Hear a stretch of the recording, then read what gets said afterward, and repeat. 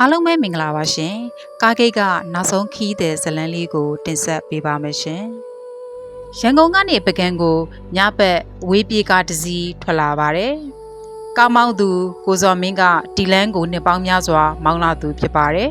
။ည12နာရီကျော်လောက်မှာမိုးဖွဲဖွဲရွာနေပြီးလမ်းမကြီးကလူရှင်းနေပါတယ်။တောအုပ်တစ်ခုနာရောက်တော့လမ်းဘေးမှာအမျိုးသမီးတစ်ယောက်ရှင်းနေတာကိုတွေ့ရပါတယ်။သူမကအဖြူရောင်အင်ဂျီဝတ်ထားပြီးကောင်းငုတ်ထားပါတယ်။အခု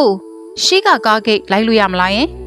အတန်ကတူတူလေးနဲ့ပြောလိုက်တာပါ။တနာစရာလို့ထင်ပြီးကိုစော်မင်းကတင်လာလိုက်ပါတယ်။အမျိုးသမီးကနောက်ဆုံးခုံမှာသွားထိုင်လိုက်ပါတယ်။15မိနစ်လောက်ကြာတော့ကိုစော်မင်းနောက်ကြည့်မှန်တဲ့ကြည့်လိုက်ပါတယ်။နောက်ဆုံးခုံမှာဘယ်သူမှမရှိတော့ပါဘူး။သူအံ့ဩသွားပါတယ်။ကားရက်ပြီးခီးသည်တွေကိုမေးကြည့်တော့ဘယ်သူမှအဲ့ဒီအမျိုးသမီးကိုမမြင်ဘူးကြပါဘူး။သူ့အချိန်မှာအသက်ကြီးတဲ့ခီးသည်တယောက်ကပြောပါတယ်။ဒီနေရာမှာလွန်ခဲ့တဲ့10နှစ်က